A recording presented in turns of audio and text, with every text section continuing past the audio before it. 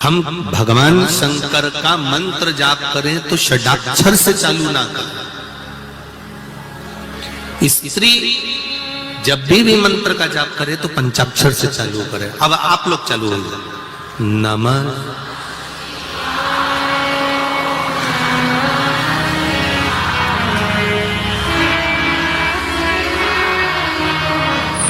और आपने देहली पर शिव का स्मरण कर कर इस मंत्र को पंचाक्षर मंत्र का भी स्मरण कर लिया तो वो पक्का है कि कहीं ना कहीं बाबा उसको काल के मुख से बचाकर श्रेष्ठ जगह पर ले ही जाए। और ये कर सकती है केवल स्त्री।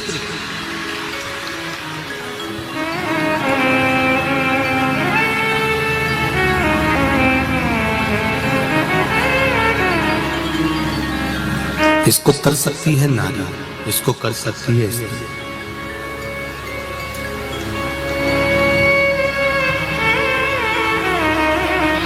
एक प्रश्न खड़ा होता है,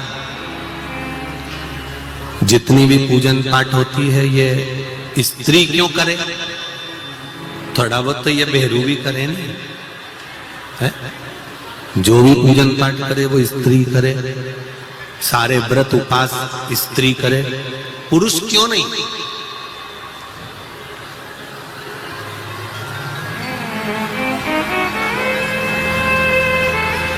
फिर समझ लेना, अभी कथा में कहा शंकर भगवान का आधा स्वरूप, भगवान देव अधिदेव महादेव का आधा स्वरूप संसार में मृत्यु लोक में जितनी स्त्री जन्म लेती है उसमें शंकर भगवान का आधा स्वरूप विराजमान रहता है। इसलिए जब तब साधना, उपासना, व्रत, नियम, धर्म ये स्त्री कर सकती है, पुरुष के बस की बात नहीं है।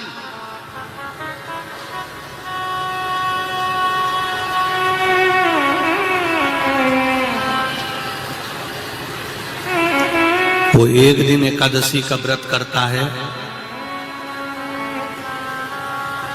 और पत्नी उसका मुख पढ़ लेती है, उसका चेहरा पढ़ लेती है, उसका स्वरूप देख लेती है कि उसको तकलीफ हो रही है। उसको देख लिया उसने, उसको देखकर समझ गई कि इसको तकलीफ है। इन्होंने व्रत जरूर कर लिया पर इनसे बन नहीं रहा, सद नहीं रहा।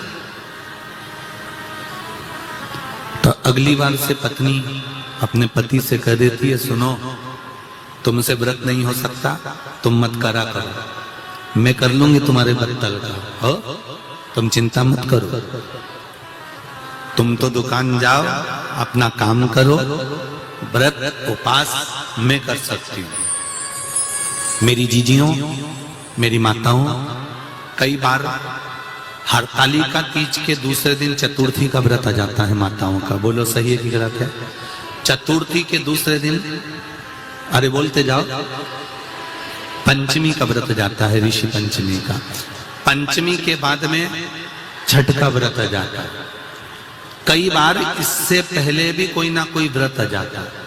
माताओं के लाइन से इतने व्रत आ जाते हैं तो भी इनके चेहरे पर सल नहीं आता और जो भी पूजन करती है वो दिल से करती है।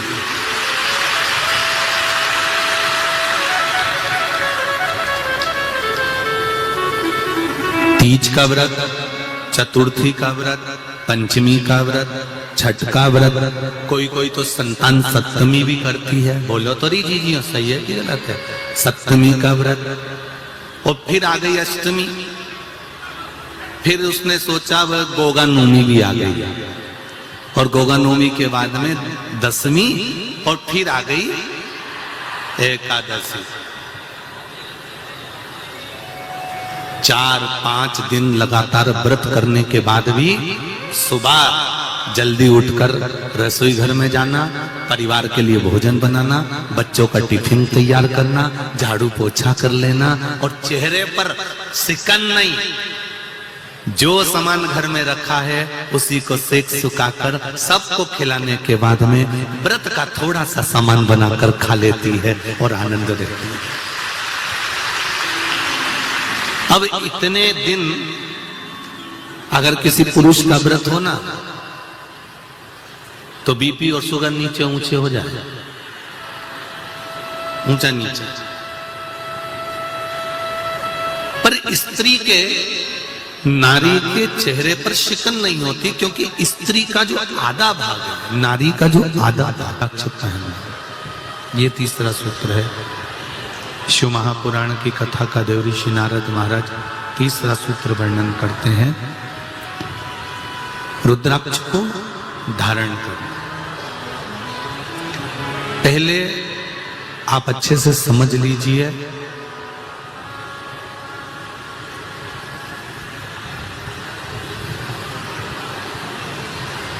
कि रुद्राक्ष को धारण कैसे करना।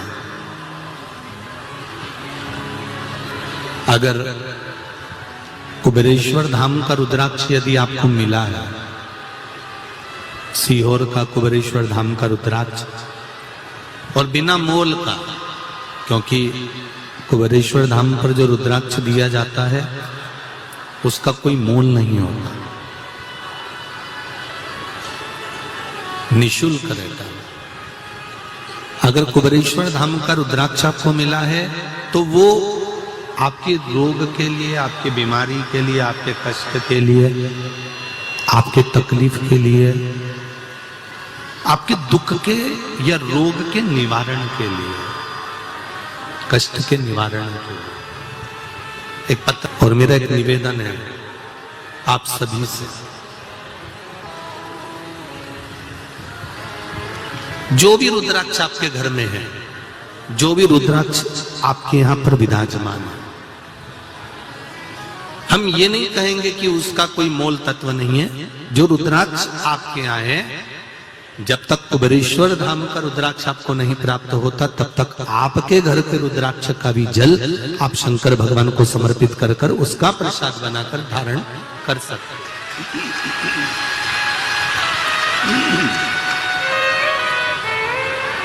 वह भी फलीभूत हो।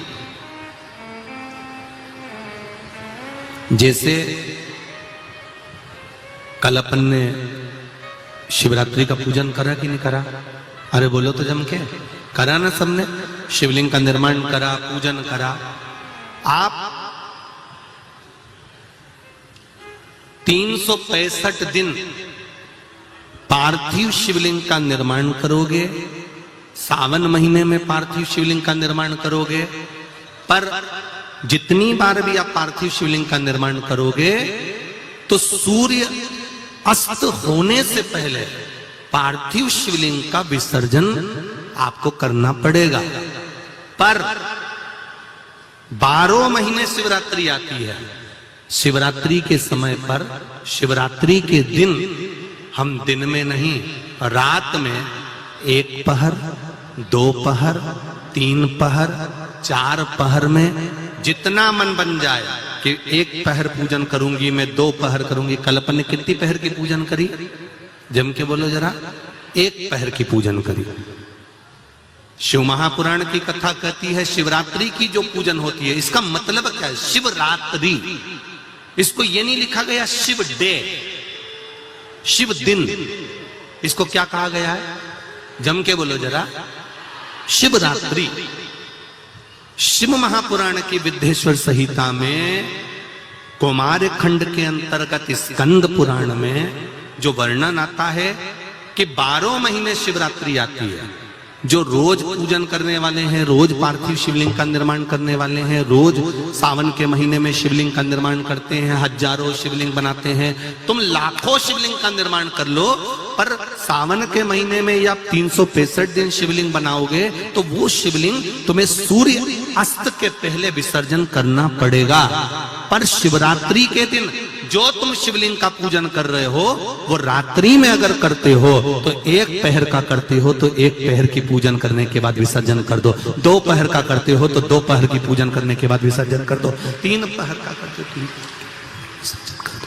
4 पहर का करते हो तो 4 पहर का करने के बाद विसर्जन कर दो। उसकी महत्वता है शिवरात्रि। उसकी महत्वता शिवरात्रि से। कई लोगों के मन में संशय जाग जाता है कि गुरुजी सूर्य अस्त के बाद क्या हम शिवलिंग की पूजन कर सकते हैं, क्या विसर्जन कर सकते हैं?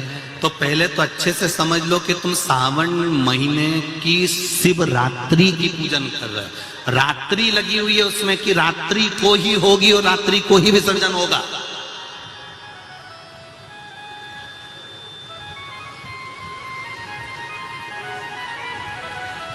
और जो नी पढ़ा लिखा हो तो गीता प्रेस गोरखपुर की जो पंडित प्रदीप मिश्रा जी पोथी पढ़ते हैं उसको लिया हो,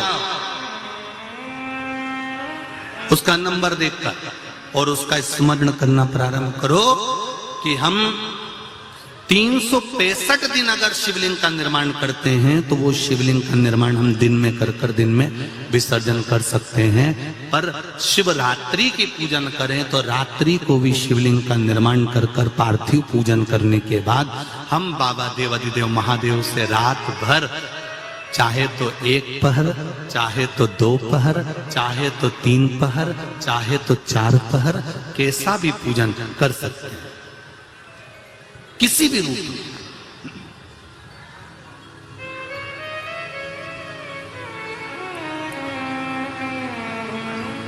पर कई बार हमारे जीवन में संशय उत्पन्न हो जाता है। और एक बात अपनी जिंदगी में उतार कर रखना, अगर पार्थिव शिवलिंग का पूजन रात्रि को आपने करा है तो पार्थिव शिवलिंग का पूजन हमने भी यहां पर बैठकर किया है, दिल के साथ, हृदय के साथ। डॉक्टर दवाई देता है तो पेशेंट को देता है, एक दवाई काम नहीं कर सकती तो दूसरी देता है, दूसरी काम नहीं कर सकती तो तीसरी देता है। सारा एक्सपेरिमेंट वो पेशेंट पर करता है, डॉक्टर उस दवाई को खाकर नहीं देखता। पर हमारा नियम है, हम जितनी बात आप लोगों को शिव महापुराण के माध्यम से बताते हैं, पहले उसको खुद अमल करते हैं, साथ बैठते हैं, फिर आपके साथ में बैठकर उस शिव महापुराण के अभिषेक को कराते हैं। पहले स्वयं करें। एक पत्र आया है, देखिए।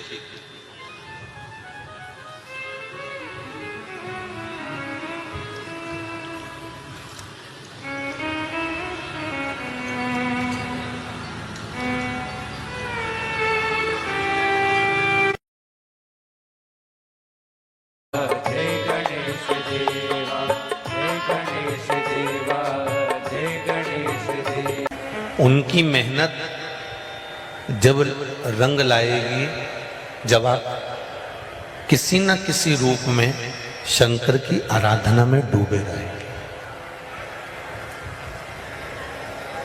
किसी न किसी रूप में हम भगवान शंकर की आराधना करते रहेंगे।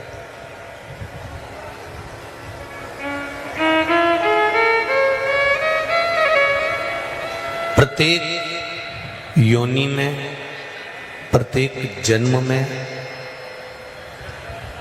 हमको भरपेट भोजन भी मिलने वाला है, प्रत्येक जन्म में हमको परिवार भी मिलने वाला है। हमारी पत्नी, पति, बच्चे, कुटुंब, कबीला, ये सब प्रत्येक जन्म में मिलेगा। ऐसा कोई जन्म नहीं रहेगा जिस जन्म में ये नहीं मिलेगा, सब में मिलेगा।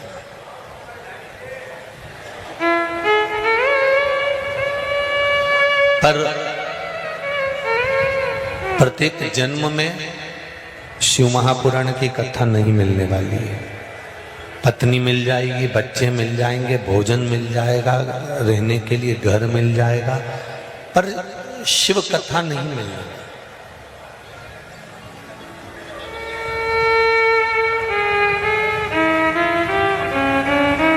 शिव कथा केवल मानव के शरीर के लिए, इस मानव की मुक्ति का केंद्र बिंदु है।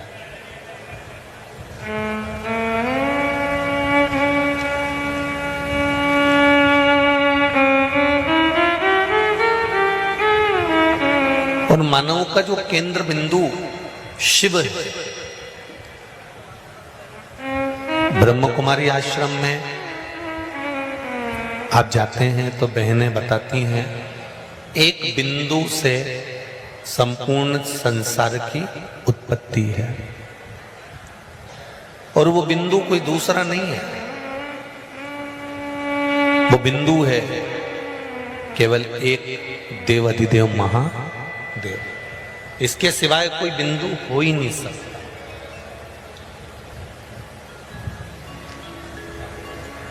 संपूर्ण ब्रह्मांड की उत्पत्ति का केंद्र बिंदु है मेरा शंकर।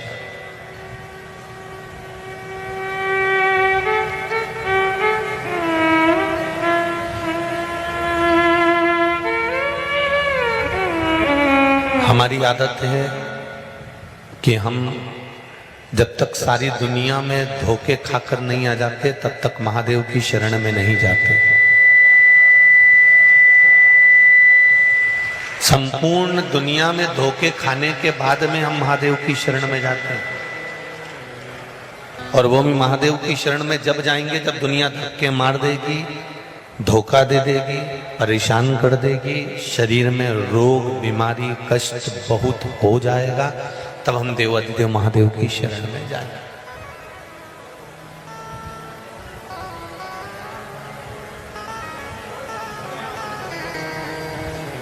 पर शिव पुराण कहती है कि सारी दुनिया के हाथ जोड़ने से पहले, सबको नमन करने से पहले, सारी दुनिया के हाथ पैर जोड़ने से पहले एक बार देवाधिदेव महादेव के चरणारविंद में बैठकर अपने दिल की बात मेरे देवाधिदेव महादेव से कह कर देखना, तो शंकर भी कह देंगे कि दुनिया के हाथ नहीं जोड़ने दूंगा क्योंकि तू मेरे चरण में आकर पड़ चुका है।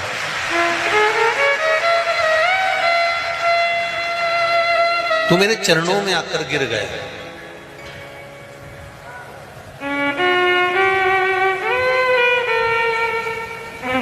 और जो एक बार देवाधिदेव महादेव का हो जाता है फिर उसको भटकना नहीं पड़ता।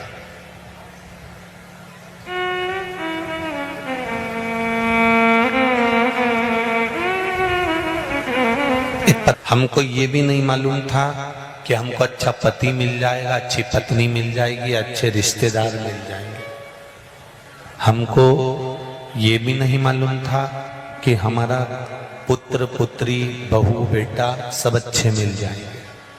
हमको ये भी नहीं मालूम था कि हमारा शरीर अच्छा होगा।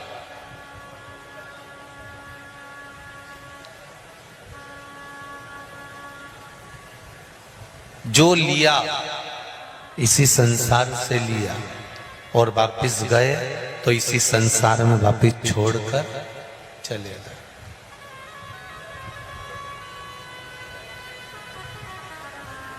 कितने मरे कोरोना महामारी में, कितने ढेर।